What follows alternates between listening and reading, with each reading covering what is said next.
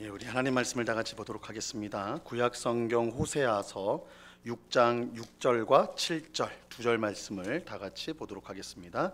구약 호세아서 6장 6절과 7절 말씀, 구약 1261면에 있습니다.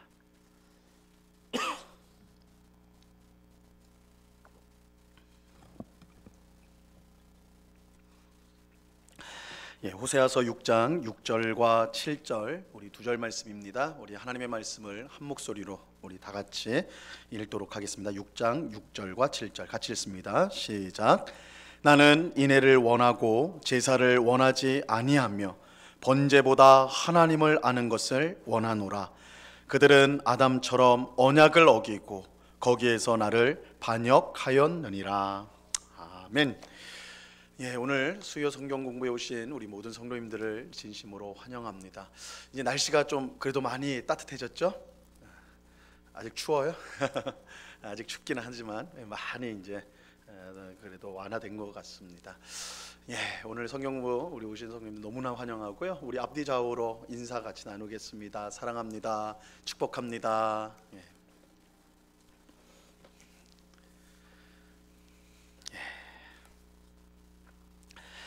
우리가 구약 성경의 숲을 거닐다라는 주제를 가지고 창세기부터 말라기까지 총 39권의 성경 각 권의 주제 또 중요한 내용들을 우리가 이제 살펴보고 있습니다.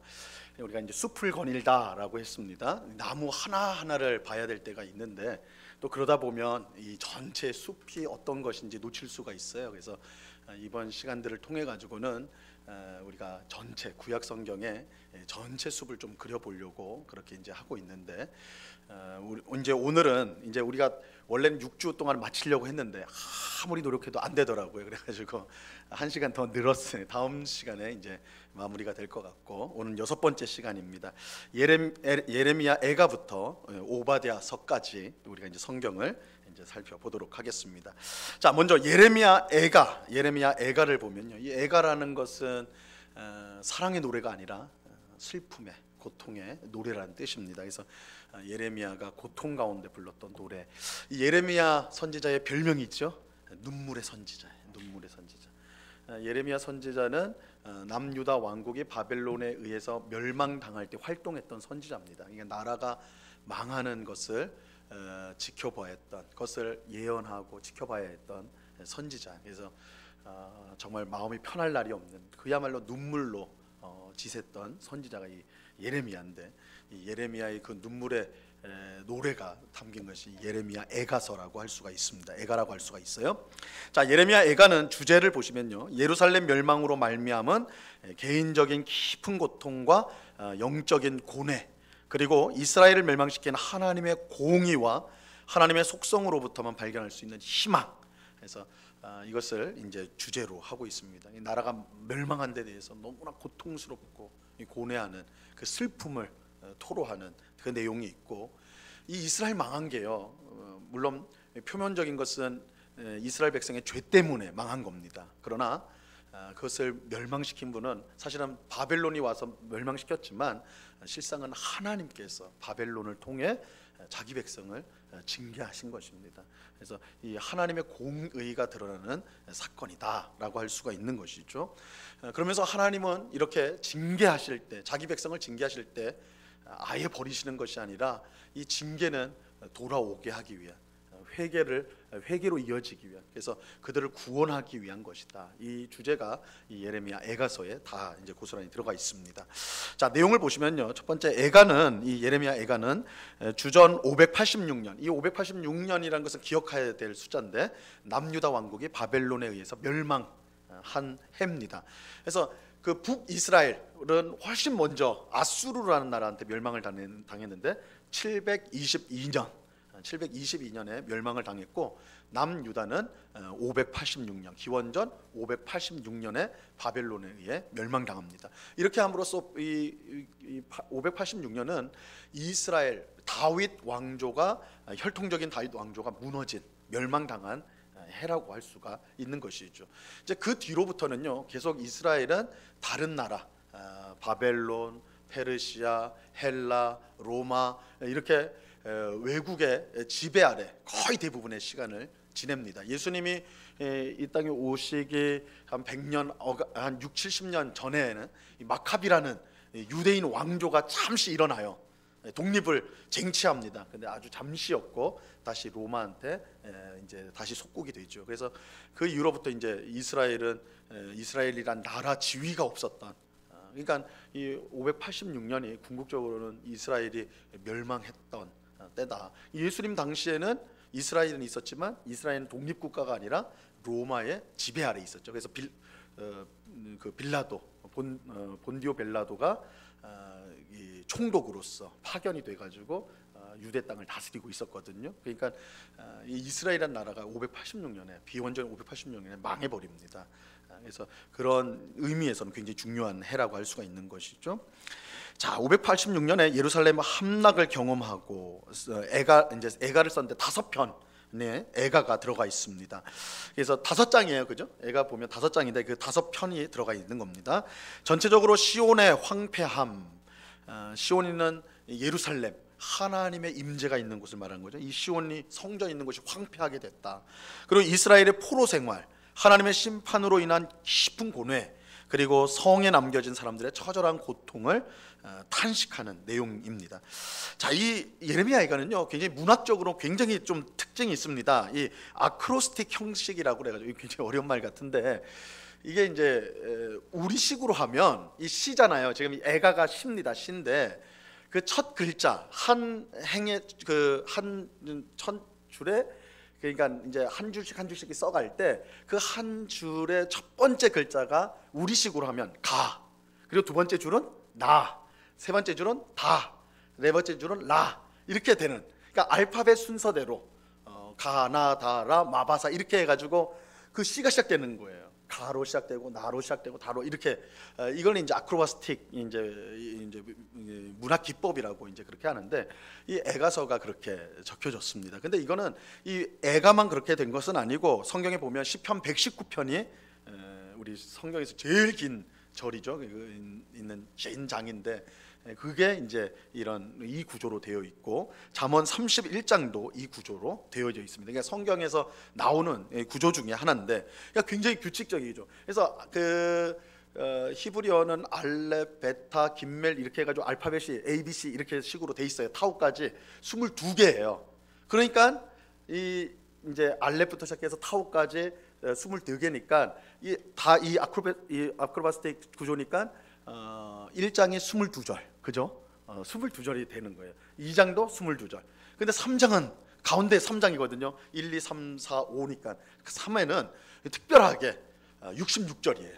66절. 그래서 가, 나 이렇게 해가지고 되어져 있는 것이고, 이제 또 이제 특별한 것은 4장까지 다 22절이다가 이제 5장에 가면 그것이 무너집니다. 이 형식이 이제 이 아크로스틱 형식이 무너져 버려요. 그래서 이런 특별한 구조인데, 이건 사실 우리 한글 성경으로 읽어서는 죽었다 깨나도 이걸 몰라요, 그렇죠? 이게 원래 언어였던 히브리어 성경으로 보면 딱 눈에 딱 들어옵니다. 알파벳으로 쫙 이렇게 됐구나. 그런데 이 구조 자체가 되게 정연하잖아요. 질서정연한데 5장에 가서 이 구조가 무너진단 말이에요. 이거는 굉장히 치밀한 거예요. 사실은 이 애가라는 것이 슬픔, 괴로움이잖아요. 그래서 이 정연한 질서가 정연하던 것이 마지막에 가서는 무너져 버리는 슬픔과 비극을 이 구조 자체를 통해서도 드러낸다. 이렇게 이제 할 수가 있습니다. 이게 이제 학자들이 그렇게 관찰을 한 거예요. 자, 역사적 배경을 보시면요, 예루살렘 파괴와 멸망은 그 사건 자체로 이스라엘 백성에게는 가장 처절한 고통이었습니다. 예루살렘에 대한 포위 공격은 2년간 지속되었고 수십만 명이 예루살렘 안에 갇혀서 하나님의 구원을 간절히 구하였습니다. 바벨론이 예루살렘을 함락시키기 위해서 포위 작전을 썼거든요. 그러니까 다 끊어버린 거예요. 모든 음식 들어가는 거, 물 이런 것들을 다 포위 작전을 해가지고 막아버렸습니다. 그러니까 이 예루살렘은 그 성 안에 완전히 고립이 된 겁니다. 그리고 시간이 2년이 흘렀으니까 그 안에 음식이나 뭐 물이나 뭐 생필품 같은 것이 다 바닥이 났겠죠. 그러니까 그 끔찍한 고통. 그래서 실제로 이제 예레미야서나 이런 이제 그 당시에 이제 그 포위되었을 때 어떤 일이 일어나냐면, 가장 끔찍한 것은 먹을 게 없으니까, 먹을 게 너무 없으니까 자기 자식을 잡아먹는 일들이 일어나게 돼요. 자녀들을. 그래서 오늘은 우리 집 자식을 먹으면 그 다음 날은 저쪽 집 자식을 먹고, 이런 식으로 그냥 아주 끔찍한 일들이 일어나게 됩니다. 그런 것들이 이제 그런 내용이에요. 자, 하지만 결국은 하나님의 구원을 간절히 기다리면서 버텼지만 결국은 바벨론군에 의해서 처참하게 무너지게 되죠. 애가는 이런 끔찍한 현실, 그래서 기아, 갈증, 식인, 아까 자녀들 잡아먹었다고 그랬죠. 그 다음에 성폭행, 학살, 이런 끔찍한 현실들 이제 그것을 보여주고 있어요. 자, 신학적 관점을 보시면요, 애가에 나타난 처절한 슬픔의 이면에는 예루살렘과 성전에 대한 이스라엘 백성의 신학적 관점이 있습니다. 하나님께서는 아브라함을 통해 한 민족을 세우고 그들에게 약속의 땅을 주시기로 약속하시죠. 언약을 맺으세요. 이 언약은 출애굽을 통해서 또한 시내산에서 율법을 주시고 가나안 땅에 들어가게 하심으로 성취가 되죠. 아브라함에게 주신 약속, 내가 지시할 땅으로 가라, 그 땅을 주고 너의 후손을 큰 민족을 이루게 하겠다, 이렇게 하죠. 그래서 내가 너를 위대하게 만들겠다, 이 약속을 주셨는데 이게 다 성취가 되었어요. 하나님은 광야의 성막에 그리고 가나안 땅에 들어와서는 하나님이 정하신 곳 예루살em 성전에 자기의 이름을 두셨습니다. 하나님께서 자기의 이름을 두셨다라는 걸, 성경에서 이름이라는 것은 그 존재 자체를 가리키는 거예요. 단순히 부리는 호칭이 아니라 존재 자체. 내가 내 이름을 두겠다. 여호와의 이름, 하나님의 이름이 거기에 있다라는 것은 하나님이 거기에 계시다라는 의미거든요. 그래서 이 예루살렘은 하나님이 이름을 두시기로 한 곳이에요. 거기에 성전이 있는 거예요. 그러니까 하나님의 임재가 있는 것이죠. 이것은 다른 민족과 달리 이스라엘 백성에게는 자신들이 머무는 땅과 성전이 있는 예루살렘 성이 특별한 중요성을 갖는 이유인 것입니다. 이스라엘 백성이 범죄하면서도 성전에 있기 때문에 멸망하지 않을 것이라는 잘못된 확신을 가진 것도 이러한 땅과 성전의 중요성 때문이에요. 예레미야서에서도 우리가 지난 시간에 봤던 예레미야서에서도 보면 이스라엘 백성들은요 절대 망하지 않는다고 생각을 했어요. 예루살렘은 망하지 않는다, 무너지지 않는다. 왜 그러냐면 성전이 있기 때문에. 여기엔 여호와의 성전이 있고, 성전이 있다는 말은 하나님이 계신다는 거예요. 하나님이 우리 가운데 계신데 어떻게 적들이 몰려오냐, 적들이 이기냐. 그래서 요야긴이 포로로 잡혀가요. 왕이 포로로 잡혀간다고요? 그것을 보고도 이스라엘 백성들은 곧 돌아온다. 하나님께서 다시 풀어줄 거다. 실제로 선지자들도 그렇게 예언을 했어요. 곧 돌아온다. 바벨론은 물러갈 것이고 우리는 다시 안전하게 된다. 이 예레미야만 망한다. 이렇게 했었거든요. 그러니까 왜 이스라엘 백성들이 정말 이 바벨론 군대가 바로 앞에 있어가지고 포위하고 이제 무너뜨리려고 하는 찰나에서도 우리는 괜찮다, 우리는 안전하다, 이렇게 했던 것은 이곳은 하나님의 성전이, 하나님이 우리와 함께 하시기 때문이다 라는 것을 그들이 갖고 있었기 때문에 그래요. 중요한 것은, 문제는 뭐예요? 사실은 하나님이 우리와 함께 한다, 성전이 우리 가운데 있기 때문에 하나님이 함께 한다, 이것은 평상시라면 문제가 안 돼요. 그들이 하나님을 사랑하고 하나님의 말씀에 순종하는 삶을 살았다면 그것은 복된 믿음일 거예요. 그런데 그들은 하나님 앞에, 하나님의 말씀에 순종하지도 않고, 제사를 드린다고 해도 형식적인 제사를 드리고, 다른 날에는 우상하게 제사 드리고, 그러니까 그들은 진심으로 하나님의 백성의 도리를 안 하면서도 성전 껍데기를 붙들고 있었다는 거예요. 껍데기를. 그래서 예레미야 선지자가 그거를 지적하는 거예요. 여호와의 성전이라 하지 말라. 너희가 그렇게 안 하고 있지 않냐? 너희가 그렇게 하나님을 섬기고 있지 않지 않느냐? 근데 왜 이 건물을 가지고 성전이라고 말하느냐? 그러니까 건물 자체가 거룩한 게 아니란 말이에요. 그러니까 오늘날에도 교회 건축할 때 성전 건축이라는 말을 쓰는데 그건 엄밀한 의미에서는 잘못된 말이에요. 건물이에요. 근데 이 건물이 정말 성전이 되려면 이 자리에 모여있는 우리가 하나님을 사랑하고 또한 하나님의 뜻대로 사는 삶을 살아갈 때에 이곳이 성전이 되는 거예요. 그러니까 이 장소로서의 성전이 아니에요. 우리가 성전이 되는, 그게 중요한 거예요. 그래서 예수님도 성전에, 예루살렘 성전에 들어가셨을 때 이곳은 만민이 기도하는 아버지, 내 아버지의 집은 만민이 기도하는 집이라 했거늘 너희가 강도의 소굴로 만들었다 그러잖아요. 건물은 중요한 게 아니에요. 누가 거기에 있고 무엇을 하느냐가 중요한 거예요. 그곳에서 기도하고 하나님을 찾고 하나님을 의지하는 백성이 있다면 그건 성전이에요. 근데 이렇게 십자가도 달려있고 다 뭐 성물도 다 잘 갖춰 있다 하더라도 이곳에 모여있는 사람이 하나님을 사랑하는 사람이 아니라 하면 이건 그냥 그저 건물에 불과한 거예요. 근데 이스라엘 백성들이 여기서 실패한 거예요. 성전을 그 껍데기를 보고 하나님이 여기에 계시다, 하나님 거기 계시지 않아요. 이게 이제 보여준 게 에스겔이에요. 우리 다음 성경에서 에스겔에 보면 하나님이 떠나세요. 성전에서 떠나세요. 그러니까 이스라엘 백성들은 하나님이 안 계신 성전을 계시다고 해가지고 그건 믿고 있는 거예요. 예레미야서 아니다 이렇게 말하는 것이죠. 자, 에가의 저자는 자신들이 심판받는 것이 당연하다고 생각하지만 하나님이 주신 땅과 성전이 빼앗기고 파괴되었다는 현실 앞에서 어찌할 바를 모르고 이제 괴로워하는 것이다. 자, 신학적 메시지 내용은 한번 분석은 보시고요. 신학적 메시지를 보면 어떤 의미에서는 에가는 욥기가 개인적인 고난의 문제와 씨름하고 있는 것과 비슷하게 집단적인 고난의 문제를 붙들고 있다. 그래서 욥기와 또 비교를 해보면 흥미롭죠. 욥은 본인에게 임한 고난의 문제와 씨름을 하고 있다면 에가는 이 민족적인 불행, 나라가 멸망하는 그 불행을 가지고 이제 씨름하고 있다는 점에서 같은 고난이지만 이제 좀 다르게 볼 수가 있다는 겁니다. 에가의 신학적 목적은 예루살렘에 대한 하나님의 심판을 인정하고 그분으로 하여금 자기 백성을 위해 개입하시며 자기 백성을 회복시켜 주시기를 간구하는 것이다. 그러니까 하나님께 우리 죄를 져서 하나님께서 우리를 징계하실 때 우리는 어떻게 되는가? 그 징계를 받아들여야 되는 거예요. 회개해야 된다는 거예요. 아닌데요 이렇게 가면 안 된다는 거예요. 우리가 지은 죄에 대해서 반드시 회개하고 하나님께 돌아가야 돼요. 그것이 고침받는 거예요.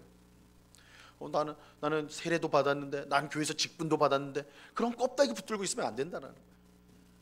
진실하게 하나님께서 징계를 하셨을 때 하나님의 징계는 언제나 그의 백성을 향한 징계는 멸망시키기 위한 징계가 아니라 돌이키기 위한 징계의 성격이 강하거든요. 그래서 이 에가에서도 그런 모습들이 이제 나오는 것이죠. 자, 그래서 이 책의 신학적 전통을 다룰 때 특히 중요하면서도 자주 다뤄지지 않는 두 개의 연관된 전통이 있는데 그건 언약 전통과 용사로서의 하나님이란 전통입니다.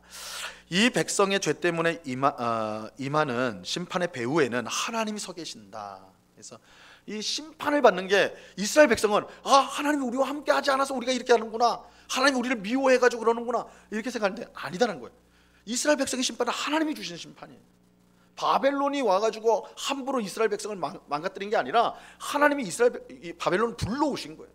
바벨론은 하나님의 징계의 방맹이에요. 하나님이 쓰시는 도구란 말이에요. 그래서 하나님이 계세요. 그래서 이스라엘 백성들이 이렇게 말씀에 불순종하고 죄를 지어서 징계를 받을 때 이것은 하나님과 맺은 언약을 그들이 깨트렸기 때문에 오는 것이다. 하나님이 그들을 징계하시는 것이다. 그래서 이 언약 전통, 또 한 가지는 용사로서의 하나님인데 우리가 익숙한 건 이거예요. 출애굽기나 여호수아에서 보면 용사로서의 하나님, 이 주제가 강한 용사로서의 하나님 이게 드러나거든요. 하나님이 이스라엘 백성에게 뭐라고 그래요? 내가 앞서가서 싸우겠다고 그러잖아요. 내가 앞서가서 싸운다고 그래요. 앞서가서. 그러니까 이게 용사예요. 하나님은 전쟁에 능하신 하나님이세요. 용사로서의 하나님이시거든요. 그런데 그 용사의 하나님이 이스라엘의 적들에 대해서 싸우셔야 되는데 지금 누구랑 싸워요? 자기 백성과 싸우세요. 자기 백성, 불순종하는 자기 백성을 하나님이 용사로서 그들을 제압하고 계신다. 싸우시는 모습. 이것은 우리가 이제 창세기 보면요, 야곱이 그 야복강에서 이제 그 외삼촌 라반의 집에서 20년을 보내고 다시 가나안 땅으로 돌아오는데 형 에서가 여전히 두려운 거예요. 그래서 야복강가에서 못 건너가고 가족은 다 보낸 다음에 자기 혼자 남아 있거든요. 야곱은 끝까지 이게 잔머리가 아주 좋아요. 형이 우리를 치러 오면 가족들 먼저 칠 거 아니에요. 먼저 보냈으니까. 그럼 자기는 혼자 남아가지고 도망갈까 어떻게 할까 그걸 간보고 있는 거예요 거기서. 근데 그때 야복강에서 그렇게 혼자 있을 때 누가 와요? 한 천사가 오잖아요, 그죠?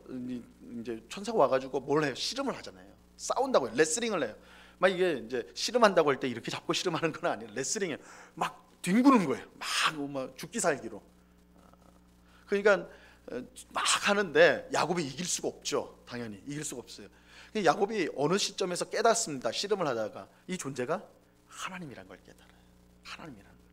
그래서 그 존재를 딱 붙들고는 이제 그 존재가 이제 하나님이 야, 나 가야 돼. 나 가야 돼. 이렇게 했는데 아니요. 저를 축복해 주지 않고는 좀 보내드릴 수가 없습니다. 끝까지 붙들어요. 붙드는 건 야곱의 전공이거든요.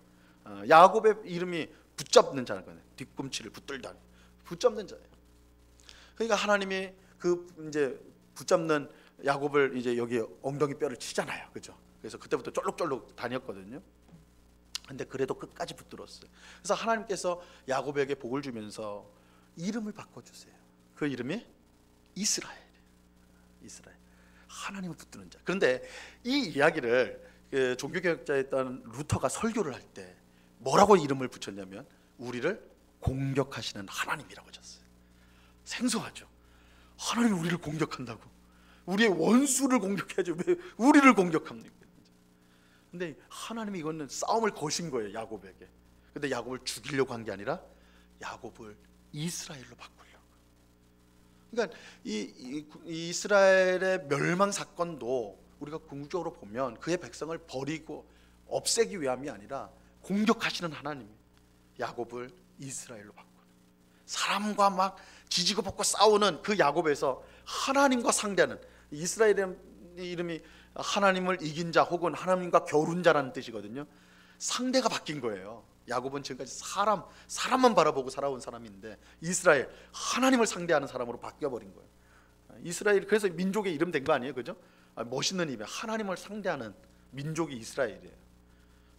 이 하나님이 공격하신다. 그러니까 이 용사로서의 하나님은 우리의 적들을 제압하시는, 앞서 나가서 싸우시는 하나님이시기도 하지만 우리가 불순종하고 죄 가운데 있을 때는 우리를 공격하심으로 우리를 변화시키는 하나님이시라는 거예요.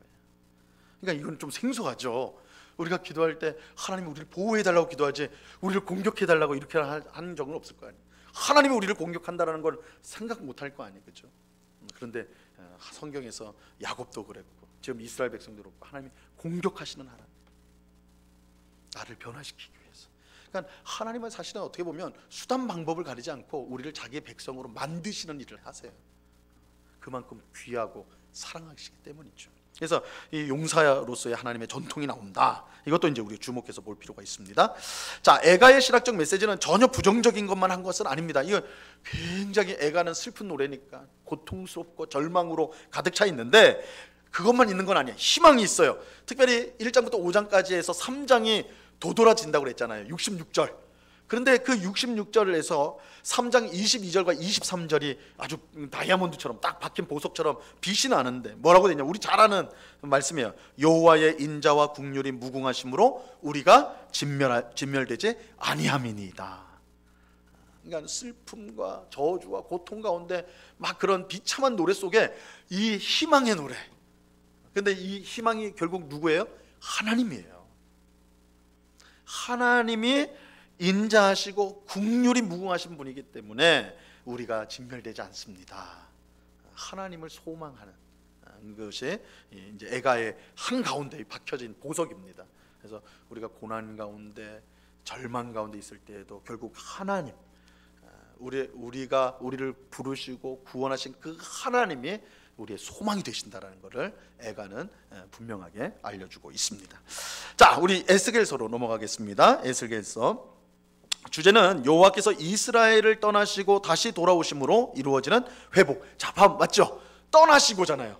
하나님 떠나세요. 이스라엘을 떠나버렸어요. 성전에서 나가버리세요. 그리고 어떻게 해요? 다시 돌아오세요. 그게 이제 에스겔서에서 보여줍니다. 자, 에스겔 선지자에 대해서 보면요, 주전 598년 1차 포로드, 그러니까 우리가 예루살렘이 586년에 멸망이 됐는데 이미 그 전부터 바벨론의 침공으로 해가지고 포로들이 잡혀가기 시작했습니다. 그 1차 포로기가 598년이에요. 이때 이제 잡혀가는데 이 에스겔이 거기에 같이 잡혀가게 됩니다. 근데 에스겔은 누구냐면 이스라엘의 제사장이며 선지자, 이 제사장이었어요. 제사장 가문의 사람이었어요. 예레미야와 동시대 사람이죠. 딱 그 당시니까 동시대 사람인데 예레미야보다는 어립니다. 어립니다. 후임이라고 하시면 후임 뭐 직접적인 건 아니지만 이제 후배라고 할 수 있어요. 선지자 후배. 에스겔의 활동 시기는 주전 593년부터 571년까지 우리가 이제 볼 수가 있고요. 에스겔이 30세의 선지자로서 사역을 시작했는데 이것도 이제 원래 에스겔은 제사장이었으니까 제사장은 30세부터 이제 제사장 그 성전의 업무를 해야 되는데 성전이 없어져 버렸잖아요, 그렇죠? 그래서 그는 이 선지자로서 이제 그 바벨론에서 성전이 없는 바벨론에서 선지자로서 활동을 하였습니다. 그래서 그의 이제 나이를 이제 생각해 보면 623년에서 622년 경에 태어났을 것이다 이렇게 이제 추측이 됩니다. 에스겔은 예루살렘 역사에서 가장 어려운 22년 동안 바벨론 포로 공동체에서 바벨론의 포로들 사이에서 예언과 환생에 대한 내용을 전하였습니다. 그러니까 예루살렘 가나안 땅에 있었던 선지자가 아니에요. 포로로 끌려가서 적들 가운데 있는 포로 공동체에서 말씀을 전했습니다. 에스겔은 이제 세 부분으로 되어 있는데요. 1장부터 24장은 예루살렘 포위 공격 이전 5년 동안의 하나님 주신 말씀 신탁을 기록하고 있고 성전에 대한 하나님의 확실한 심판에 대해 자만에 빠져 있던 유대인들에게 선언한 말씀입니다. 이건 예레미야 말씀과 이제 유사하죠. 그다음에 25장부터 32장까지는요 주변 나라들에 대한 하나님의 말씀 신탁이에요. 여기는 암몬, 에돔, 블레셋, 두로, 시돈, 애굽 이런 이스라엘을 주변 국가들에 대한 예언이 나와 있습니다. 자, 마지막 부분인 33장부터 48장은 예루살렘 함락 이후 16년 동안에 해당하는 이제 신탁입니다. 여기에는 미래에 대한 소망이 초점이 맞춰져 있습니다. 그래서 에스겔서에는 새 언약, 예레미야서에서 나오는 새 언약에 대한 내용이 똑같이 나오고 그 마른 뼈다귀가 가득한 계곡에서 하나님의 생기가 불 때에 큰 군대, 뼈다귀가 큰 군대로 변하는 환상을 보게 됐죠. 그리고 새 성전 40장에서 48장까지 성전 환상이 이제 나오게 됩니다. 그래서 이건 미래에 대한 확실한 소망을 보여준다. 역사적 배경을 보시면 에스겔의 평생에 유다의 왕들은 그 지역 패권을 둘러싼 애굽과 바벨론의 싸움에서 정치적으로 불리한 선택을 했다. 오자가 났어요. 불리한이 아니라 분리. 잘못 선택했다는 거예요. 선택을 합니다. 그래서 이 이스라엘이 남쪽으로는 애굽이 있고요, 위쪽으로는 아수르나 혹은 아람이라든지 바벨론이라든지 이런 강대국들이 위에 있어요. 그러니까 샌드위치입니다. 위 아래로 강대국들이 있어요. 그러니까 우리나라랑 형편이 굉장히 비슷해요. 우리도 한반도를 중심으로 중국, 러시아, 일본, 미국 이렇게 가운데 우리가 딱 걸려 있잖아요. 이스라엘도 마찬가지입니다. 근데 이스라엘도 그러다 보니까 이 정치적으로 보면 우리도 그렇잖아요. 우리도 미국 편, 일본 편 이게 동맹이고 중국과 러시아는 아무래도 적대적인 이런 것들을 이제 이게 관계들이잖아요. 그래서 예전에는 확실했는데 요즘에는 또 이제 좀 상황에 따라 변경이 되기도 하지만 그러니까 이스라엘도 외줄타기를 하는 겁니다. 어디서? 그러니까 위쪽 나라들이 강하면 그쪽에 붙는 거고, 애굽이 강해지면 애굽에 붙는 거고, 이런 식으로 되는 거예요. 위에서 쳐들어오면 애굽한테 도움을 구하러 가고, 뭐 이런 식으로 하는 건데, 근데 이스라엘은 우리 생각에는 그냥 정치적으로 맞아요. 우리나라도 그럴 거 아닙니까? 만약에 중국이나 러시아가 밀고 내려온다 그러면 우리는 미국이나 일본한테 도움을 요청해야 되는, 우리 힘으로는 감당할 수 없는 강대국이니까 이게 우리가 볼 때는 정치적으로 당연한 건데, 근데 이스라엘에게는 당연하지 않아요. 왜냐하면 성경의 메시지는 언제나 하나님께서 뭐라고 하시냐면 너희는 위로도 가지 말고 아래도 가지 말고, 그럼 어떻게 해야 돼요? 하나님께 와야 된다. 하나님을 의지해야 된다. 그러니까 이게 이스라엘이 가장 안전하게 자기를 지키는 방법, 하나님을 의지해야 된다. 위로도 가지 말고 아래로도 가지 말고 하나님을 의지해야 된다. 그런데 이 남유다 마지막에 가면 이제 계속 시소를 탑니다. 그래서 바벨론한테 친한 척하다가 애굽을 의지하다가 결국 왔다 갔다 하다가 이제 무너지게 돼버리는 그런 겁니다. 그래서 잘못 정치적으로 불리한 선택을 했다 뭐 이렇게 하는 거죠. 에스겔은 10대 때 이 북이스라엘이 멸망시킨 아시리아가 쇠퇴하는 것을 봅니다. 결국 유다는 바벨론의 느부갓네살 왕에 의해 포위 공격을 당하고 여호야긴 왕은 항복하게 되죠. 여호야긴은 포로로 바벨론에 잡혀갔는데 이때 에스겔과 그의 가족들, 예루살렘 귀족들이 함께 끌려가게 됩니다. 포로로 끌려간 유대인들은 이 기간이 잠시 그칠 그칠 것이라고 생각했지만, 그렇죠? 정신이 없어요. 여전히 우리는 다시 살아난다 이랬는데, 예레미야의 글을 통해 그들이 오랫동안 그곳에 머물 것이라는 예언을 듣게 되죠. 예레미야는 그곳에 정착해라 그랬어요. 정착해라. 그럼 70년 후에 돌이킨다 이렇게 말했거든요. 포로로 잡혀간 지 5년 후 에스겔은 선지자로 부름을 받고 예루살렘에 대한 하나님의 심판을 선언하기 시작합니다. 이 에스겔서를 보면요, 이게 특징적인 게 뭐냐면 에스겔 선지자가 이상한 행동을 많이 합니다. 보면 그래서 한동안 상당 기간 동안 움직이지 않고 누워만 있어요. 계속 누워만 있을 때가 있고 말을 하지 않아요. 그냥 말을 할 수 있는 선지자니까 당연히 말을 해야 되는데 입을 다물고 있습니다. 또 아내가 죽었는데 슬퍼하지 않아요. 이거 하나님 명령한 거예요. 울지 말라 그랬어요.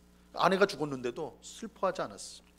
또 이제 환상 가운데, 하나님의 환상 가운데 몸이 움직여요. 몸이 이동하기도 하고. 또 똥으로 구운 떡을 먹어야 해요. 이거 굉장히 수치스러운 거죠, 그죠? 똥으로 구운 떡을 먹어야 했고, 칼로 머리와 수염을 깎아 그것을 성읍 안에서 불사르고 성읍 사방에 뿌려야 됐어요. 그러니까 이거 이렇게 글로만 읽으면 뭐 이상한가 그러지만 생각을 해보세요. 수염을 다 깎아가지고 칼로 딱 뿌린 다음에 칼로 막 이렇게 하고 뭐 이렇게 생각해보세요. 이 선지자가 이게 미친 거죠. 딱 영락 없이 미친 사람이에요. 미친 사람. 그런 행동을 했어요. 그래서 에스겔의 행동에 대해서 현대의 많은 학자들은요, 이걸 정신분석학적으로 이제 접근을 해가지고 이거 정신병자다 그랬어요. 에스겔은 이건 분명 뭔가 이게 정신에 문제가 있다, 편집증 환자다, 뭐 이렇게 간주를 했습니다. 근데 우리는 그렇게 당연히 선지자가 이상한 사람이다 이렇게 볼 수는 없습니다. 다만 우리가 이렇게 볼 수 있는 거예요. 이 선지자들의 행동은요, 선지자들은 말로만 하나님의 뜻을 전하지 않았어요. 그들의 행동을 통해서 전하였어요. 이건 우리가 이제 좀 이따 살펴볼 호세아 선지자가 그랬습니다. 호세아 선지자는 심지어 하나님이 명령하셔서 음란한 여인과 결혼을 하거든요. 고멜이라는 아주 음란한 여인과 결혼을 해요.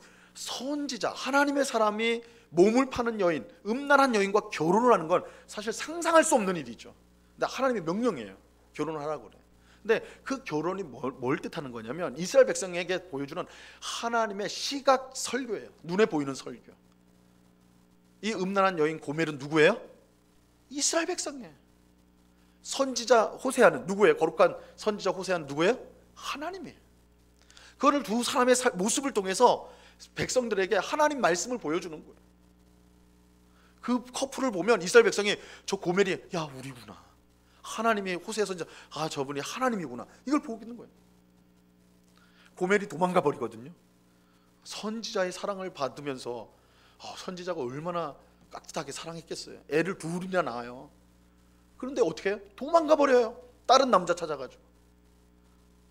기가 막히죠. 근데 호세아는 속으로 좋아했을지도 모르겠어요. 야, 내가 더 벗어나는구나. 근데 하나님 뭐라 그래요? 찾아오라고 그래요. 그래서 호세아가 가가지고요, 그 남자한테 돈 주고 아내를 다시 찾아옵니다. 기가 막힌 일이죠. 기가 막힌 일이죠. 근데 이걸 통해서 뭘 보여주는 거예요? 하나님이 그렇다는 거예요. 이스라엘 백성은 끊임없이 하나님을 배신하고 바알에게 가요, 아세라 신에게 가요, 그죠? 엉뚱한 우상에게 막 가는 거예요, 가는 거예요. 그럼 하나님은 어떻게 해요? 사오는 거예요. 너의 신랑은 나야, 이렇게 하는.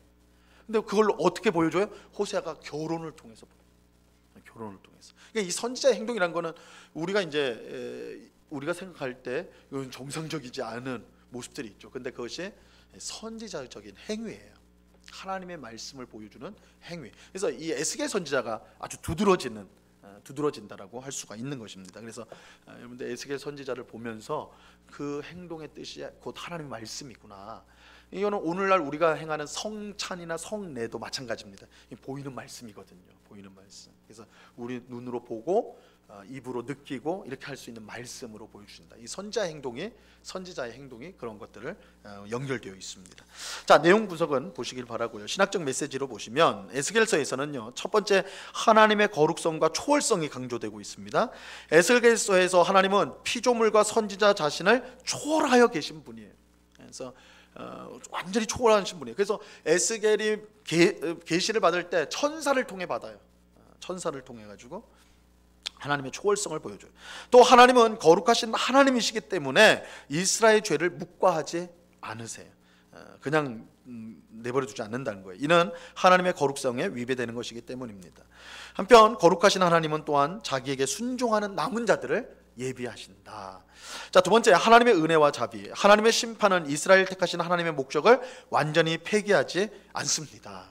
그래서 하나님께서는 남은 자들에게 자비를 베푸셔서 그들로 하여금 하나님의 목적을 이루도록 하세요. 그래서 말씀드린 것처럼 에스겔서에는 새 언약이 나옵니다. 예레미야서처럼. 그래서 새 마음과 새 영을 주겠다. 새 마음과 새 영을 주겠다. 이전에 모세로부터 돌판에 받은 율법은 지키지 못해서 실패했거든요. 그래서 하나님이 아예 새 마음을 주시는 거예요. 심장을 바꾸겠다는 거예요. 사실은 뜻은 너희 마음에 새기겠다. 너희 심장에 말씀을 새기겠다, 이런 뜻이거든요. 바꿔버리겠다는 거예요. 그리고 새 영, 하나님의 성령을 우리에게 주시겠다는 거예요. 이게 새 언약이에요. 새 언약. 새 언약이고, 그리고 자신의 성전을 버렸으나 다시 영광 중에 돌아오시죠. 이거 이제 후반부의 40장 이후의 내용입니다. 자, 하나님의 주권성. 하나님께서는 이스라엘뿐만 아니라 다른 나라들의 정사와 운명을 주관하신다. 그래서 이 선지서의 특징 중에 하나예요. 이스라엘뿐만 아니라 그 주변에 있는 나라들에도 하나님의 말씀이 전해져요. 하나님의 말씀. 이게 뭘 뜻하는 거냐? 하나님은 이스라엘의 하나님일 뿐만 아니라 온 세상의 주님이 되신다. 온 세상의 하나님이 되신다. 이 사실을 보여주는 것입니다. 자, 이런 점에서 예루살렘의 멸망은요, 하나님의 능력이 부족해서 그렇게 된 게 아니에요. 이 옛날 사람들은, 이 고대 사람들은 나라와 나라가 싸울 때 그 나라가 믿는 신들이 싸운다고 믿었어요. 신들이. 그래서 여러분 그 사무엘상에 보면 블레셋하고 이스라엘이 싸워요. 그랬을 때 블레셋이 이깁니다. 이스라엘이 언약궤를 들고 나갔음에도 불구하고 져요. 이때 블레셋 사람들이 언약궤를 가지고 어디로 가져가요? 자기들이 섬기는 다곤이라는 신의 그 신전 안으로 들고 들어가는 겁니다. 그 발 앞에 딱 놓아요. 뭐예요? 여호와가 졌다는 거예요. 다곤한테, 우리가 섬기는 신인 다곤이 이스라엘의 신인 여호와를 이겼다, 이 의미예요. 그래서 굉장히 수치스러운 거였죠. 근데 어떻게 됩니까? 그 이후의 얘기가 다곤 신상이 무너져 버리죠. 언약궤 앞에서 무너져 버립니다. 그걸 다시 세웠더니 그 다음 날엔 조각조각 나버리잖아요. 그러니까 하나님께서 자신이 진 게 아니라는 것을 스스로 증명해 보이신 거예요. 그래서 고대 사회에서는 이렇게 신들의 전쟁으로 그렇게 이제 이해를 했는데, 그러니까 이스라엘이 바벨론에 패했다? 그럼 바벨론이 섬기는 신한테 이스라엘이 패한 것인가? 그렇지 않다라는 거예요. 하나님은 이스라엘 하나님뿐만 아니라 바벨론의 하나님, 또 주변 모든 나라의 하나님이다. 이것이 이제 그런 주변 나라에 대한 하나님의 말씀을 통해서 드러나게 됩니다. 자, 개인적인 책임인데요.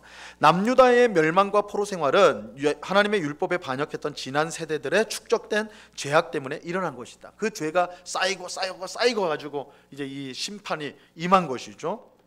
근데 이렇게 생각하면 실제로 이스라엘 백성들이요, 나라가 망할 때 무슨 생각을 했냐면, 그 젊은 사람들 철이 없는 젊은 사람들이 멸망했을 때, 우리의 죄 때문에 이렇게 해야지 정상인데, 젊은 사람들은 뭐라 그래? 우린 산지도 얼마 안 됐고, 그죠? 뭐 나쁜 짓을 해도 얼마 안 했을 테니까 우리 부모들이, 우리 할아버지 할머니들이, 우리 선조들이 죄를 져가지고 오늘 우리들이 이렇게 나라를 잃게 되는 거예요. 망하게 되었구나, 포로로 잡혀가게 됐구나, 이렇게 해버린 거예요. 이렇게.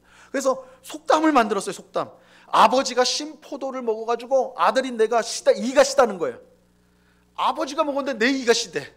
이 뭐예요? 아버지가 죄를 졌는데 내가 벌 받았다라는 거예요. 이게 그 당시 이스라엘 백성의 이 젊은 사람, 특히 젊은 사람들이겠죠. 그 의식이 있었어요. 우리 조상의 죄 때문에 내가 지금 심판을 받고 있다, 벌을 받고 있다, 억울하다는 거죠. 에스겔 선지는 아니다.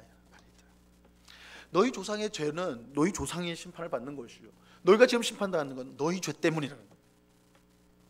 그래서 심판이, 나는 아무 죄가 없는데 부모 잘못 만나가지고, 우리 조상 중에 누가 잘못해가지고 내가 이렇게 고통을 당한다.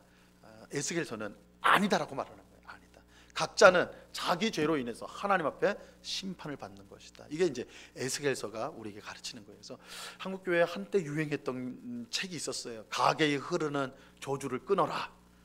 그럴 듯하죠.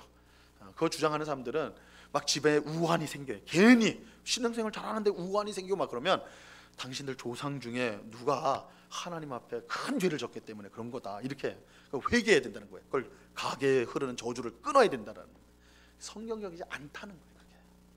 그게 에스겔서는 그 해독제예요. 그렇지 않다예요. 않다. 조상 때문에 하나님이 우리가 아무 잘못도 없는, 하나님 잘 섬기는 우리를 하나님 벌 주신다? 아니다. 물론 그러니까 이스라엘이 멸망당했을 때 그 선조들의 죄들이 쌓여진 건 맞아요. 그럼에도 불구하고 그럼 그 당시대 사람들은 억울한 희생자냐? 그렇지 않다는 거예요. 다 죄 가운데 있었어. 하나님이 합당하게 공의로 심판을 하시는 것이다. 그래서 죄 없이 나는 억울하게 이런 경우는 없다라는 것이 에스겔서의 또한 중요한 강조점이기도 합니다.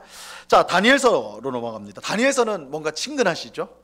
다니엘서는 친근한데 사실은 6장까지만 친근하고 7장부터는 아주 혼란에 빠지는 게 다니엘서입니다. 다니엘서가 쉬운 성경이 아니에요. 사실은 주제는 모든 나라와 통치자들을 다스리는 하나님의 주권과 궁극적인 하나님 나라에 대한 약속이 이제 다니엘서의 주제입니다. 내용을 보시면 다니엘서는 그 내용상 1장부터 6장까지 우리가 친숙하게 아는 다니엘과 세 친구의 이야기가 1장부터 6장까지고요. 그 다음에 7장부터 12장 두 부분으로 나뉩니다. 자, 앞부분 1장부터 6장은 다니엘과 세 친구가 바벨론 궁정에서 겪는 이야기입니다. 이들은 포로로 끌려간 사람들이에요. 포로로 끌려가가지고 이제 이 바벨론에서는 포로로 잡혀온 젊은이들 중에 똑똑한 엘리트들을 선발을 해가지고 궁정에 썼어요. 그러니까 굉장히 좀 포용적인 정책을 했던 것이죠. 그 속에 다니엘과 세 친구가 있었습니다. 자, 이 이야기에서 첫 번째 다니엘과 세 친구의 하나님에 대한 충성이 굉장히 강조되죠. 그렇죠? 그래서 우상에게 바쳐지는 음식을 먹지 않고 채소만 먹었다 이런 것들이 나오고 우상에게 절하지 않아서 풀무불에 던져지는 그런 내용까지 나오죠. 하나님이 구해내시고 그죠? 충성. 두 번째 그들을 위한 하나님의 기적적인 구원. 하나님은 자기에게 신실한 자기에게 충성하는 백성을 절대 버리지 않아요. 구원하시죠. 세 번째 이방 왕들이 하나님의 위대함을 인정해요. 느부갓네살이 하나님을 찬송합니다. 기가 막힌 내용이죠, 그죠? 네 번째 하나님의 은사로 꿈을 해석하는 다니엘이 이제 중요하게 여겨집니다. 이 이야기를 통해 모든 만물과 역사에 대한 하나님의 주권적 통치가 강조되고 있습니다. 그러니까 참 역설적인 거예요. 힘센 누군가를 통해서 하나님이 이처럼 힘세다 이걸 보여주는 게 아니라 다니엘과 세 친구는 신분이 뭐예요? 포로들이에요. 포로들. 신분이 아주 오늘 죽어도 뭐 아무렇지 않은 그런 아주 힘든 그죠? 어려운 상황에 있는 그 다니엘과 세 친구잖아요. 그들을 통해 하나님은 온 세상에 하나님이라는 것을 보여주세요. 굉장히 역설적인 그죠? 하나님 나 같은 사람이 뭐라고? 하나님은 우리같이 연약하고 부족한 사람을 통해서 하나님의 크신 능력을 이 세상 가운데 보여주신단 말이에요. 그래서 하나님 앞에서는 못 쓰임 받을 사람이 아무도 없어요. 하나님 우리가 아무리 약해도 가난해도 부족해도 능히 그 능력을 우리를 사용하십니다. 이게 다니엘과 세 친구를 통해 보여주는 거예요. 자, 뒷부분 7장부터 12장이 사실은 어렵습니다. 어려운데 자, 여기에는 제국들이 등장을 해요. 그래서 지금 바벨론 다니엘과 세 친구가 끌려왔을 때 바벨론 제국이었거든요. 근데 그 바벨론 제국을 무너뜨리고 세워지는 나라가 바사, 이제 역사책에서는 페르시아 됩니다. 그리고 그 다음이 헬라 제국이에요. 헬라 제국은 이제 우리가 보통 아는 그리스인데 알렉산더 대왕 하면 좀 아시겠죠. 헬라 제국을 융성시켰던 왕이 알렉산더 대왕입니다. 그 다음에 이 헬라를 무너뜨리고 세워진 나라가 로마입니다. 로마. 이게 이제 신약 시대로 연결이 되는 것이죠. 그래서 바벨론, 페르시아, 헬라, 로마 이 제국들의 흥망성쇠가 기록이 되어져 있습니다. 특히 하나님을 대적하는 매우 교만한 한 군주, 한 왕의 초점이 맞춰져 있는데요. 대부분의 학자는 이 교만한 자가 누구냐라고 했을 때 셀류키드 왕국의 통치자였던 안티오쿠스 에피파네스 4세라는 사람이 있어요. 이렇게 가니까 이제 어려워지는 거예요, 그죠? 이렇게 하니까 어려워지는데 다니엘서에 보면 그 뒷부분에 보면 북방왕과 남방왕이 나와요. 북방왕, 남방. 그러니까 북쪽에 있는 나라와 남쪽에 있는 나라. 헬라 제국이 그러니까 처음에 바벨론이었죠. 그다음에 페르시아죠. 그다음에 헬라 제국입니다. 헬라 제국이 그 알렉산더 대왕 때 나라가 확 커져 버려요. 근데 알렉산더가 33살에 죽습니다. 엄청 일찍 죽어요. 그러니까 젊었을 때 엄청난 20대 때 세계를 휘젓고 다녔던 젊은인데 굉장히 젊은 나이에 죽습니다. 그러다 보니까 헬라 제국이 나라만 컸지 정치적으로 이게 구조적으로는 잘 그 준비가 안 돼서 체제가 준비가 안 된 거예요. 그러니까 죽자마자 나라가 네 조각이 나버립니다. 네 조각이 나버려요. 그래서 중요한 건 이스라엘을 중심에 두고 위하고 아래, 북방왕하고 아래 있는 이제 남방왕인데 위에 쪽에 셀류키드라는 왕조가 세워져요. 셀류키스하고 밑에는 이제 셀류키드가 프톨레미 이 생각이 바가 안 나네. 프톨레미 이 두 개의 나라가 세워져요. 그러니까 이게 헬라 제국에서 깨진 두 왕국이에요. 이 두 왕국이 그 이스라엘을 딱 가운데 두고 싸워요. 그러니까 위에 북방왕 셀류키드가 힘이 세지면 아래로 내려오고 프톨레미가 힘이 세지면 그 남방왕이 힘이 세면 또 위로 쳐들어 올라오는 거예요. 이 둘이 이렇게 싸우는 거예요. 그러니까 그 가운데 그러니까 고래 두 마리의 새우가 딱 있는 거죠, 그죠? 이스라엘이 새우란 말이야. 맨날 등 터지는 거예요, 쉽게 말해서. 그 내용 중에, 그러니까 이 다니엘의 이 이제 나오는 7장부터 12장에 나오는 그 중심적인 내용이 바로 이거예요. 북방왕과 남방왕 속에 이스라엘이 껴져가지고 고통당하는.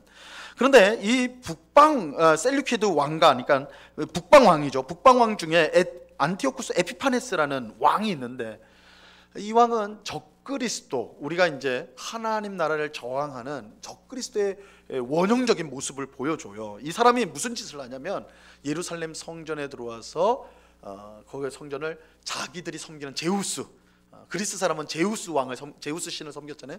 제우스 신상을 거의 다 놓고는 우상 숭배를 합니다. 이건 유대인들에게 있을 수 없는 아주 끔찍한 일을 저지르는 것이죠. 그래서 굉장히 흉악한 왕으로서 이제 등장을 합니다. 이게 다니엘서에서 예언되어지고 있는 거예요. 이 일이 발생한 거는 사실 다니엘과 시간적으로 하면 300~400년 후예요. 그러니까 그 내용들이 이미 이제 예언되어지고 있는 겁니다.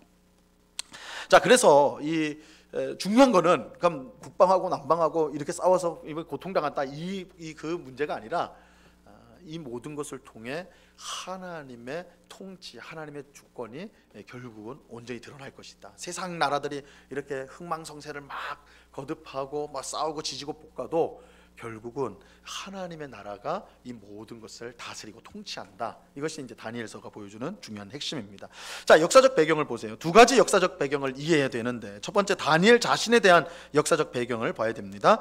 그리고 두 번째는 다니엘이 본 환상을 통해 예언되고 있는 역사적 상황을 봐야 되는데, 1장부터 6장은 바벨론의 느부갓네살 왕으로부터 바사왕, 그러니까 페르시아 왕, 고레스 왕 때까지 바벨론 궁정 안에서 일어났던 사건을 기록하고 있습니다.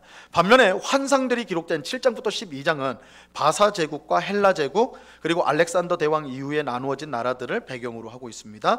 그래서 제가 말씀드린 대로 이제 남방왕, 북방왕 이 이야기가 나와요. 팔레스타인 지역을 둘러싸고 셀류키드 왕조와 프톨레미 왕조 사이에 벌어진 패권 싸움이 나옵니다. 이게 11장에 기록되어 있는데, 거기에 안티오쿠스 에피파네스가 중요하다고 말씀을 드렸죠. 그가 지배하는 영토의 헬레니즘, 그러니까 헬라 문화를 이제 시행을 하였는데, 그래서 유대인들에게 율법을 지키지 말라고 명령을 하고 성전에 제우스상을 세우는 그런 것들을 보여준다. 그래서 하나님은 그럼에도 불구하고 하나님의 나라가 이것들을 다 물리친다, 이런 내용입니다. 자, 신학적 메시지로 넘어가 보세요. 6쪽 위에, 비록 이 책이 신학적으로 풍부해서 다 서술하기는 힘들기는 하지만 그럼에도 불구하고 이 책에 매장을 흐르는 명료한 메시지가 있는데, 이게 이제 중요해요. 하나님께서 주권을 가지고 결국 모든 인간적인 악들을 이기실 것이다. 결국 다니엘서에서의 가장 중요한 핵심은 하나님의 주권이 모든 악을 소멸하신다, 모든 악한 나라들을 이긴다라는 것입니다. 자, 그 다음 단락 보시면 이 다니엘서의 후반부 역시 압제 속에서 혹은 더 나아가서 박해 속에서 사는 하나님 백성에 대해서 말해주고 있습니다. 그러나 여기에서 하나님의 구원은 하나의 역사적 사실이라기보다는 미래의 소망입니다. 왜냐하면 이 7장부터 12장은 미래의 일들을 예언한 내용입니다. 다니엘이 살았던 시대와는 벌써 그 미래의 일들을 기록하고 있기 때문에, 그래서 이제 성경을 잘 안 믿는 신학자들은 다니엘서는 다니엘이 쓴 게 아니다. 왜냐하면 너무 정확하게 예언되어져 있으니까. 그래서 후대의 사람들이 다니엘 이름을 빌려가지고 쓴 거다, 이렇게 주장을 하기도 합니다. 근데 우리는 이제 하나님께서 얼마든지 그렇게 알게 하실 수가 있으니까 우리가 다니엘이 썼다라고 이제 우리가 보는 것이죠.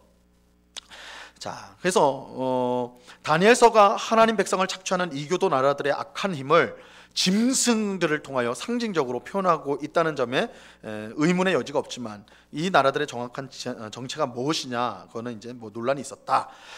이러한 악, 특히 국가적인 차원에서의 인간의 악이 강력하고 기괴하다는 점에서 의심할 여지가 없다. 이러한 악의 기원에 대해 다니엘서는, 이게 중요하죠, 교만이 다니엘서에 나오는 모든 악한 자들의 동인임을 밝힌다. 그래서 이 세상의 악의 근원적인 게 뭐냐? 교만이다. 근데 교만이라는 것은 우리 이미 아담과 하와, 첫사람 아담과 하와가 죄를 지은 것하고 연결되는 거죠. 하나님 없이도 내가 살 수 있다. 하나님 없이 내가 하나님 노릇하는 게 교만입니다. 그래서 이 세상의 악, 혹은 또한 이 세상의 권력의 기원은 뭐냐면 이런 교만, 하나님 없이도 내가 하나님 노릇을 할 수 있다라는 것, 그것이라는 거죠. 그래서 다니엘서에서 나오는 이런 제국들의 근본이 하나님 없이 내 힘으로 할 수 있다, 이런 것이죠. 하나님은 그런 인간 나라에 대해서 하나님 나라를 통해 그 인간 나라를 무너뜨린다는 것을 다니엘서는 말하고 있습니다. 자, 호세아서로 넘어가 버릴게요. 4번 호세아서 주제를 보시면요, 자기 백성들의 불성실과 불순종을 징계하셔야 됨에도 불구하고 포기하지 않는 하나님의 사랑, 다함이 없이 우리에게 부어주시는 언약적 사랑을 헤세드라고 그래요. 헤세드. 이거를 성경에서는 보통은 시편에서는 인자라고 표현을 합니다. 인자. 여호와는 선하시고 그 인자하심이 무궁하다 할 때 그 인자, 이게 헤세드를 번역한 거예요. 헤세드는 다함이 없이 우리에게 주시는 언약적 사랑을 헤세드라고 표현을 합니다. 그 사랑을 이제 호세아서가 주제입니다. 자, 12선지서 중 이 호세아부터 말라기는 12개의 소선지서입니다. 소라는 것은 분량이 적다는 거예요. 선지자들이 안 중요해서 소가 아니라 분량이 적어요, 양이. 그래서 이사야나 에스겔이나 예레미야 비교해 보면 굉장히 짧습니다. 그래서 소선지자인데 그 중에 가장 긴 게 호세아서예요. 호세아는 북이스라엘 선지자로서 사마리아 출신으로 추정이 됩니다. 그의 활동 시기는 758년부터 722년입니다. 호세아서는 크게 두 단원으로, 여기도 이제 두 부분으로 구분되는데 1장부터 3장 그리고 4장부터 14장으로 자기 백성을 향하는 하나님의 사랑에 대해서 말하고, 두 번째는 언약적 불성실에 대한 저주 시행, 하나님의 저주가 임하는 것을 말합니다. 자, 호세아서의 역사적 배경은 아수르와 관련이 있습니다. 북이스라엘은 아수르로부터 벗어나기 위해 다른 우방을 찾아갑니다. 보세요, 그죠? 그러니까 이스라엘 항상 그래요. 북쪽이 세지면 남쪽으로 가서 도움을 구하고, 남쪽이 세지면 북쪽에 가서 도움을 구하고, 이런 식으로 항상 했다고요. 그러니까 하나님을 찾아야 되는데, 그러니까 위로 갈 것도 아니고 아래로 갈 것도 아니고 하나님을 찾아야 되는데 주변 나라를 의지함으로 멸망을 받는다고요. 그 결과는 하나님께서 아수르를 그의 심판의 매로 사용하여 북이스라엘을 멸망시키는 것으로 나타났습니다. 자, 호세아서의 첫 부분이 유명하죠. 1장부터 3장 결혼 이야기. 제가 말씀을 드렸죠. 결혼 이야기가 유명합니다. 결혼 관계를 통해 하나님과 이스라엘 백성 간의 관계를 설명하기 위함입니다. 결혼 관계가 절대적으로 배타적이고, 배타적이라는 건 뭐 한 남자와 한 여자의 결합이 결혼이에요. 이 사이에 다른 남자, 다른 여자가 들어올 틈이 없습니다. 결혼은 그거예요. 그래서 하나님과 하나님 백성 사이에는 어떤 우상도 들어올 수가 없어요. 이걸 이제 배타적 관계라고 말하는 거예요. 이건 매우 개인적이듯이 이스라엘과 맺은 하나님의 언약 관계 역시 절대적으로 배타적이어야 되고 인격적 헌신을 요구하는 것입니다. 하지만 이스라엘 백성은 불순종으로 일관하게 됐죠. 자, 신학적 메시지를 보세요. 자, 호세아서에는 모세 언약이 호세아의 메시지의 배후에 깔려 있습니다. 이게 언약이 깔려 있어요. 스튜어트라는 구약학자가 이렇게 말을 했습니다. 호세아서의 메시지를 이해하는 것은 시내산 언약을 이해하는 것에 달려 있다. 이 책은 호세아를 통해서 하나님에 의하여 이스라엘에게 선포된 일련의 축복과 저주를 담고 있다. 이 각각의 축복과 저주는 모세 율법의 축복과 저주에 근거하는 것이다. 사실은 선지자가 호세아 선지서뿐만 아니에요. 모든 선지서들은 사실 선지자들이 뭘 선포하는 거냐면 율법을 선포합니다. 너희가 율법에, 하나님이 주신 율법, 하나님이 너희와 맺은 언약을 충실하게 지키면 어떻게 하겠다고요? 복을 주시겠다는. 어떤 복이요? 신명기 27장 8장에 기록된 언약을 지켰을 때의 복, 그리고 언약을 어겼을 때, 불순종했을 때 저주, 이 목록이 나오거든요. 우리가 이제 주일날 신명기를 보고 있는데 후반부에 가면 이제 그 축복과 저주를 보게 될 거예요. 선지자들은 그걸 선포한 거예요. 너희가 하나님의 말씀에 순종하면 그 축복을 받는다. 근데 하나님의 말씀에 불순종하면 거기에 기록된 저주를 받게 된다. 근데 그 저주 목록이 선지서에 보면 그대로 이루어지게 되는. 그러니까 이 하나님께서 자의적으로 그들을 축복하거나 벌 준 게 아닙니다. 하나님께서 그들과 맺은 언약을 근거해 가지고 시내산에서 맺은 언약, 모압에서 우리 신명기 보죠. 신명기에서 맺은 그 언약을 근거로 해가지고 축복하고 또한 벌을 준다, 복을 내리고 저주한다, 이것을 알 수가 있습니다. 자, 신학적 메시지 우리 계속 보고 있죠. 때때로 호세아는 자신의 메시지에서 언약이 차지하고 있는 위치를 명시합니다. 이스라엘은 언약을 깨트린 것 때문에 심판을 받는 것입니다. 우리는 호세아의 결혼이 상징적 신학적으로 사용된 것을 주목해야 합니다. 전적으로 배타적일 수밖에 없는 관계로는 결혼이라는 관계와 언약이라는 관계 두 가지가 있는데 이 두 가지 관계 속에서 경쟁자가 용납이 될 수가 없습니다. 그러니까 다른 대상이 못 들어온다는 거예요. 그러므로 고멜의, 이건 호세아의 부인 이름이에요. 고멜. 성적인 방탕은 이스라엘의 종교적인 방탕하고 연결이 되는 거예요. 결국 불순종한 이스라엘에 대한 심판 및 하나님의 미래 구원에 대한 소망은 모두 이 결혼으로 상징된 언약이라는 기초로부터 흘러나오게 되는 것입니다. 그래서 이스라엘의 불순종은 여러 가지 방식으로 나타나지만 그 모든 것의 배후에는 그들의 배교 행위가 걸렸는데 이 배교는 결혼 관계에서 쉽게 말하면 불륜을 저지른 거예요. 그래서 다른 상대를 찾아가는 거예요. 이게 이스라엘 백성이 저질렀던 우상숭배. 그래서 간음이라고 표현되는 게 이스라엘의 그 우상숭배를 간음이라고 표현하는 게 이 언약 관계를 결혼 관계와로 보기 때문에 그렇게 표현이 되고 있는 것입니다. 자, 그래서 하나님은 이렇게 결혼 관계, 언약 관계를 깨뜨린 이스라엘 백성을 벌 주십니다. 저주하고 심판을 하세요. 그러나 그것에 순종하는 자들에게는 회복하시고 복을 주십니다.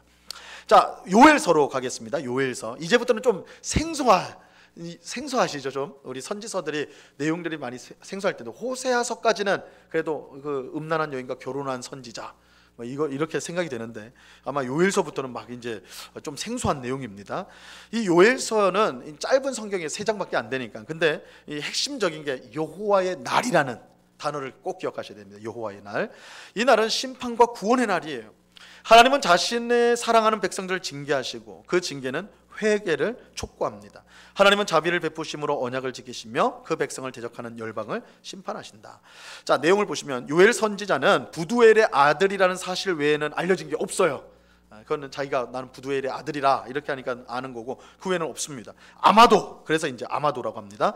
유다와 예루살렘에 대한 그의 관심 때문에 남유다 남왕국 출신일 것으로 생각됩니다. 활동 시기는 확실하지 않는데 대략 주전 590년경. 590년 하면 어떤 때예요?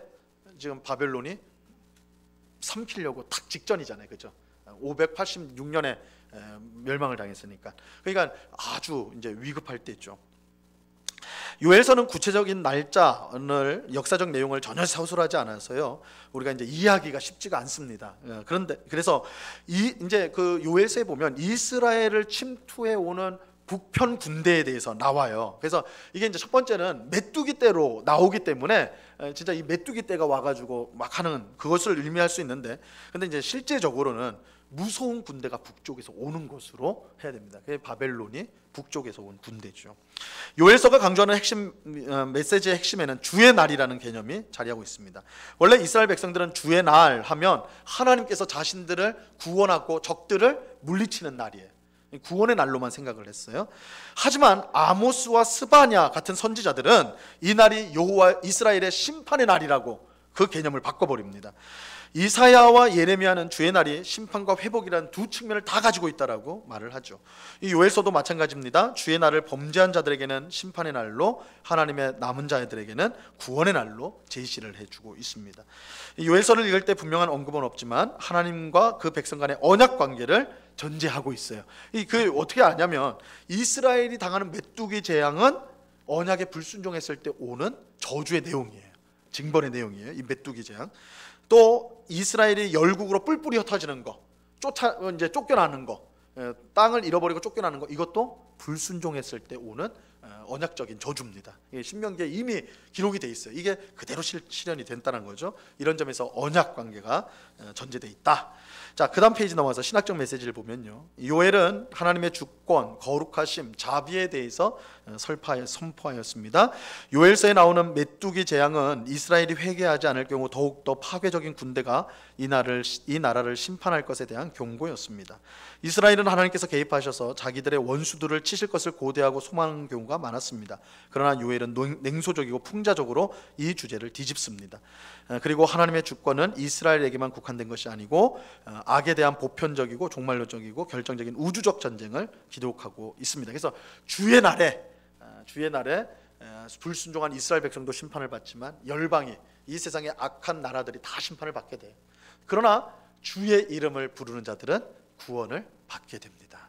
이 말씀이 요엘서에 나와요. 주의 이름을 부르는 자들이 구원을 얻게 된다. 그래서 여호와의 날은 악한 자들, 불순종한 자들에게는 심판의 날이지만 주의 이름을 부르는, 회개하고 주님 앞에 돌아오는 백성에게는 구원의 날이 될 것이다. 자, 아모스서로 가겠습니다. 아모스의 주제는요, 여호와 하나님은 언약적인 불순종에 대해 이스라엘을 철저히 파괴시킬 것이다. 혼합주의적 종교를 미워하시고 정의와 가난한 자에게 베푸시는 것을, 자에게 자비를 베푸는 것을 요구하신다. 이 아모스의 가장 핵심적인 부분은 이 부분입니다. 정의와 가난한 자들에게 자비를 베푸는 것.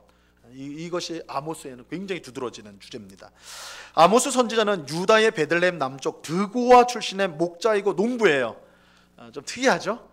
에스겔은 선지자였는데, 그죠? 제사장이었는데, 그러면 이제 뭔가 좀 맞는 것 같잖아요. 그런데 이 아모스는 목자고 농부예요. 뽕나무를 재배하는, 7장 14절에 보면 나는 뽕나무를 재배하는 자입니다, 이렇게 나오거든요. 농부였어요. 근데 그런 그를 하나님께서 선지자로 쓰신 것이죠. 그의 활동 시기는 주전 760년경으로 북이스라엘의 여로보암 2세, 남유다의 우시야가 통치할 때 아주 짧은 기간 동안 활동을 하였습니다. 아모스의 기본 메시지는 여호와 하나님이 이스라엘이 현재 실행하고 있는 종교적, 사회적, 경제적 행위들을 철저히 거부하신다는 것과 그로 인해 북왕국을 멸망시키고 그 백성들을 이방의 포로로 넘기겠다는 내용입니다. 특히 종교적 혼합주의와 그 지도자들과 그들의 아내들이 행하는 불의가 이제 강하게 지적이 되고 있습니다. 아모스는 여로보암 2세와 우시야가 통치하던 시기에 활동했는데, 이때는 기억해야 될 게 여로보암이라는 왕은요, 남유다와 북이스라엘이 갈라질 때 첫 번째 왕이 여로보암입니다. 여로보암 왕하고 남유다는 다 솔로몬의 아들이었던 르호보암, 이름이 비슷해가지고 이게 되게 헷갈려요. 남유다는 르호보암, 북이스라엘은 여로보암이 왕입니다. 그래서 이제 오늘 보니까 이 아모스 선지자가 활동할 때는 여로보암 2세라고 하는 거예요. 2세 후손이니까 2세라고 하는데, 기억해야 될 사실은 여로보암 2세는요, 그러니까 세상적으로 보면 굉장히 훌륭한 왕이었습니다. 이스라엘 영토를, 북이스라엘의 영토를요, 솔로몬 때만큼이나 확장시킵니다. 아주 번창하게 했던, 번성했던 나라를 만든, 경제적으로 풍요했던 나라를 만든 훌륭한 왕, 그런 점에서는. 그런데 성경의 판단은, 성경의 하나님의 평가는요, 굉장히 박합니다. 이 여로보암 2세에 대한 내용은요, 7절, 8절 안 넘어가요. 짧아요. 하나님 보실 때, 그러니까 여로보암 2세는 세상이 볼 때는 업적이 많아요. 땅을 넓히고 나라를 경제적으로 부강하게 만들고, 오늘날 우리가 대통령 선거한다 그러면 최고의 왕이 여로보암 2세는 무조건 찍어야 되는 왕이란 말이에요. 1번이든 2번이든 찍어야 되는 능력 있는 왕이에요. 하나님 보실 때는 꽝이에요. 왜요? 우상 숭배했던 자예요. 하나님의 말씀에 순종하지 않았던 자예요. 그러니까 그런 여로보암 2세를 하나님께서는 7절로 설명을 끝내버려요. 할 말이 없다는 거예요. 할 말이 없다. 이게 참 역설적이죠. 세상적으로는 굉장히 대단한 사람인데 할 말이 없네요. 하나님은 나 할 말 없다 그러지. 어쨌든 가장 이제 여로보암 2세 때는 나라가 번성할 때였구나, 이렇게 생각하면 돼요. 왕족들과 부유한 사람들은 이런 성장과 확장의 시기를 하나님이 주신 복의 증거로 생각했어. 하나님 우리에게 복 주셨다, 이렇게 생각합니다. 하지만 이런 풍요는 불과 한 세대밖에 유지를 못하는데, 이들이 누리던 부유함은 하나님의 복과는 상관이 없어서 그랬던 거예요. 왕족들과 부유한 사람들은 서로 결탁하여 사회적 약자들을 압제하였어요. 권력자들이 힘을 가지고 가난한 자들을 압제해서 빼앗고 약탈하고, 그게 북이스라엘의 형편이었단 말이에요. 여로보암 2세 때.